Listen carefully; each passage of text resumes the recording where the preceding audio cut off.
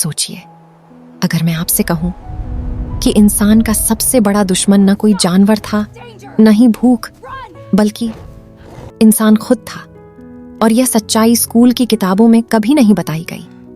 आज हम उस रहस्य की बात करेंगे जो लगभग 10 लाख साल पुराना है, और अगर वही गलती आज दोबारा दोहरा दी गई तो दुनिया फिर से शुरुआत पर लौट सकती है।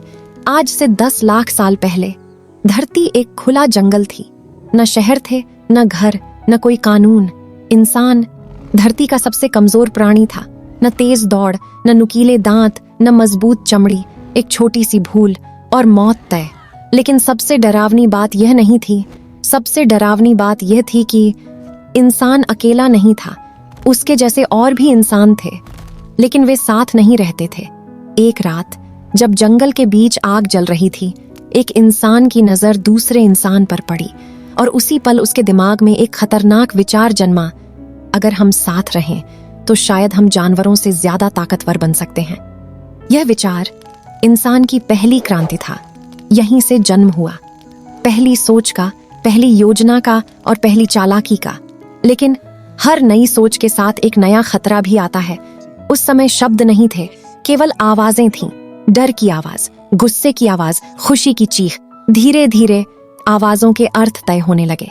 एक आवाज खतरा, 2 आवाज मदद, 3 आवाज जीत, और यहीं से भाषा ने जन्म लिया।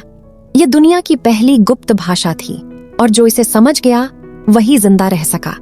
लेकिन जैसे ही भाषा आई, एक और चीज ने जन्म लिया, झूठ। इंसान ने सीख लिया कैसे भरोसा दिलाया जाता है और कैसे पीठ में छुरा घोंपा जाता है। धरती पर बहा पहला खून किसी जानवर का नहीं था, वह इंसान का था। यह वह सच है जिसे इतिहास अक्सर छुपा लेता है। यहीं से शुरू हुई ताकत की लड़ाई। कुछ इंसान दूसरों से तेज सोचने लगे, बाकी लोग उनके पीछे चलने लगे। उन्होंने कहा, हम तुम्हें बचाएंगे, लेकिन बदले में उन्हें चाहिए था नियंत्रण। यहीं से जन्म हुआ पहले नेता का, और उसी के साथ दुनिया के सबसे पुराने सिस्टम का। जो सोचेगा वही राज करेगा। इंसान जानवरों से नहीं जीता, इंसान जीता अपनी सोच से। लेकिन वही सोच उसे सबसे खतरनाक प्राणी भी बना गई। आज हम जंगल में नहीं रहते, लेकिन जंगल अब भी हमारे भीतर जिंदा है। सवाल यह नहीं है कि इंसान का जन्म कैसे हुआ, सवाल यह है, क्या हम अब भी वही इंसान हैं? अगर यह कहानी आपको सोचने पर मजबूर करे तो समझ लीजिए, रहस्य आज भी जिंदा है।